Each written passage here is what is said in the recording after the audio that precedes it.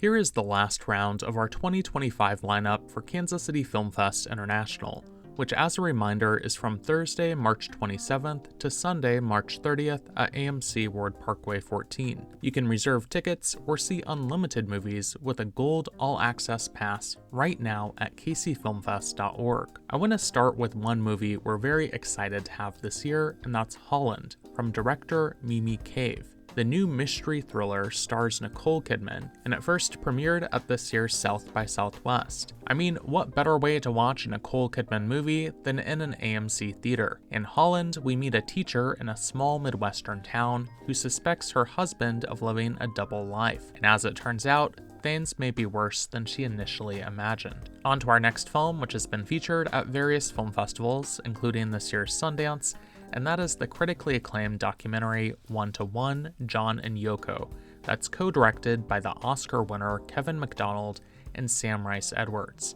Centered around concert footage and audio from John Lennon and Yoko Ono's concert at Madison Square Garden in 1972, it follows a couple of restless artists, activists, and lovers who found a home in the odd chaos of New York City. Another film that was at this year's Sundance we're very excited to screen this year is 2,000 Meters to Andriivka, directed by Academy Award-winning Mstislav Chernov. This harrowing documentary film follows a Ukrainian platoon on a mission to liberate the Russian-occupied city. Weaving together both intensive body cam footage and powerful moments of reflection, this film captures the war from a personal and devastating vantage point. Next up is Bao, Artist at War, from director Sean McNamara. Starring Emil Hirsch and Inbar Lavi, this narrative feature film tells the inspiring love story of Joseph Bao, whose wedding took place in a concentration camp during the Holocaust. Using his artistic skills, humor, and hope in the camps,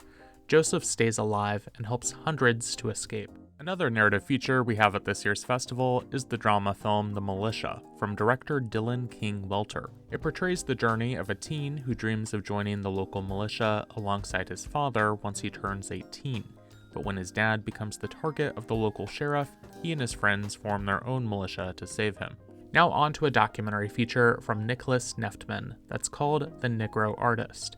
This film journeys into the world of Caleb Rainey, a black Midwestern spoken word poet. His poetry acts as a profound exploration of race and identity, and the film seeks to capture the essence of Rainey, not just as an artist, but as a vital voice in the ongoing dialogue about race in America. Next up, we have another documentary feature film called The Sunshine Dreamer, which comes from director Sean Rhodes. It follows a young musician afflicted with a rare, incurable disease who finds treatment to extend life, only to face his country's laws to keep it out of reach as time runs out. Meanwhile, local filmmaker Chico Bryant directs the documentary feature Unpunished. After a black motorist dies in Louisiana police custody, a whistleblower state trooper risks everything to expose the truth.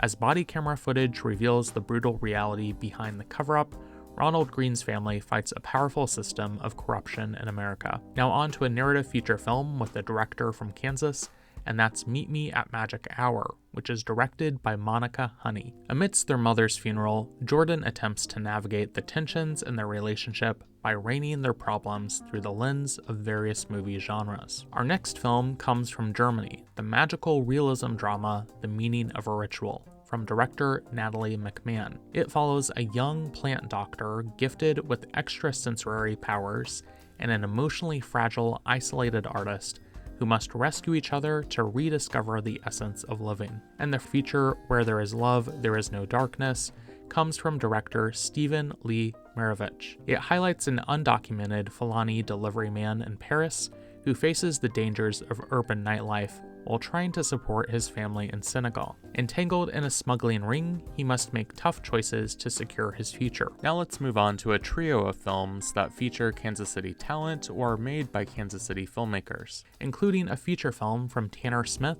and that's Vida Nova. This film features Will, a college student who begins hearing a voice in his head that he realizes is the ghost of a deceased student. This sparks a paranormal friendship. Then we've got Parable from director Richie Cable. In this film, 6 strangers awake inside a single loft with no memory of how they got there. A 7th individual, a woman, lies lifeless on a bed. Who is she? And could she be a clue as to how they got there?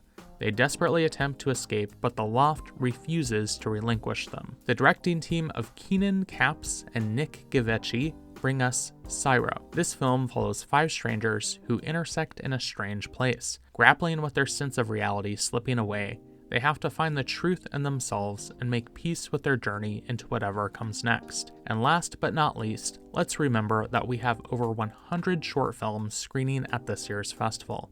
You can check out the full schedules of short film blocks on our website at kcfilmfest.org.